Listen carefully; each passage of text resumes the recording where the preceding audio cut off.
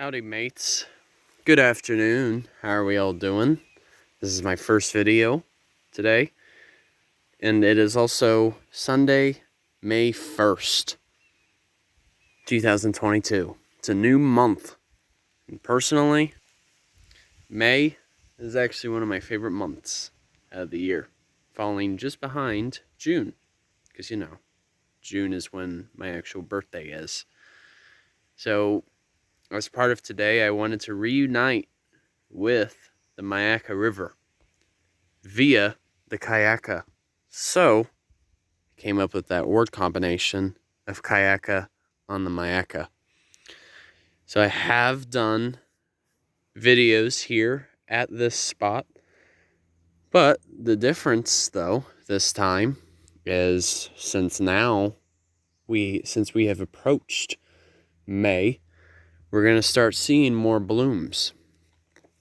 So, for instance, as I was making my journey today and actually going for a little bit of a chill trip, I noticed we have a bunch of these guys right now. These are something known as the Partridge Pea. And what's particularly fascinating about the Partridge Pea is that they actually don't produce nectar, like the fluid. Rather, they do it like an old-fashioned way. They produce nectar by using flowers. But what's fascinating to me is at the base of each leaf,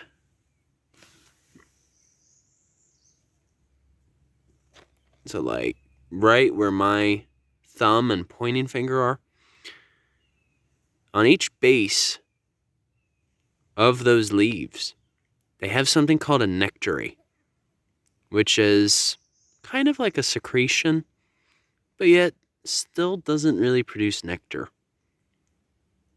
So instead it has to be done the old-fashioned way by our fellow homies, the ants. They help collect the pollen, per se, and then they help eventually produce that nectar for this plant. But they are highly characterized by having yellow flowers, or should I say yellow petals at the top here. So usually in an assembly there are typically up to 5 petals, and then at the center you probably have approximately 6 to 10 separate anthers. And a good way to also know if you're looking at a partridge pea is at the base of each petal there's usually some red dots. That's an indication, and that is usually a way to attract pollinators, whether it be ants, butterflies, and even bees. So rest assured, as you can see, since they're all around us, they are pollinated plenty. But then they also have a very unique leaf arrangement. So as opposed to just being one single leaf, this is more of like a I can't remember the exact term, but it's kind of like a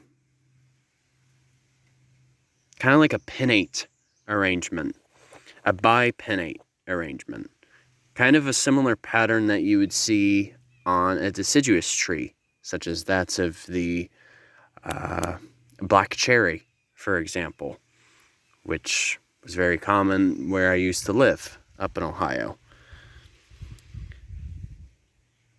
But keep in mind, though, the partridge pea is, though it's an excellent native plant to Florida, don't think it's edible by any means. It actually is not quite safe to consume for both humans and even livestock.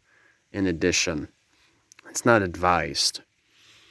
Because as it approaches later on into like June and July, these will eventually produce these little seed pods.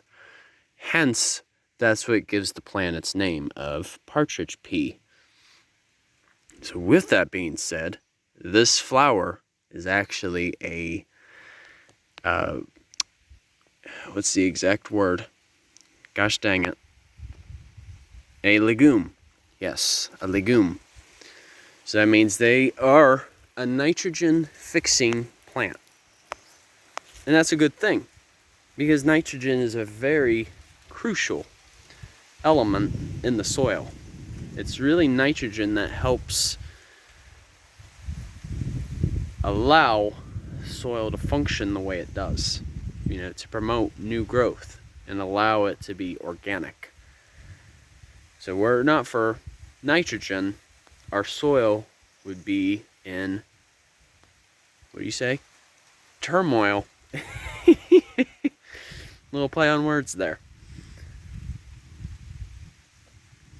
But with that being said, they're a great anchoring plant, so they can help stabilize your soil. And given how plentiful they are, you can easily plant them even at your home. I think that's a new project I want to think about doing pretty soon in the near future, is actually planting some native plants, the seeds, at my homestead. It'd be nice to see some more butterflies at our place, because to be honest, even though butterflies don't always get the rap that they deserve, they can be quite mesmerizing to watch. So, great butterfly to look out for right now, especially down here, is the viceroy and the monarch butterfly. You may be wondering why I'm saying the both of them. Well, they're not the same butterfly. Even though they look very similar, they're not the same. The difference has to do with the striping on their back.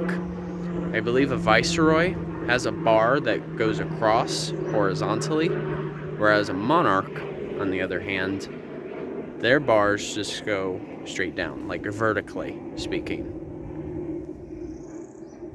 So, thank you guys for watching. Hope you enjoyed this video. And once again, journey on a journey is outwards. Take care.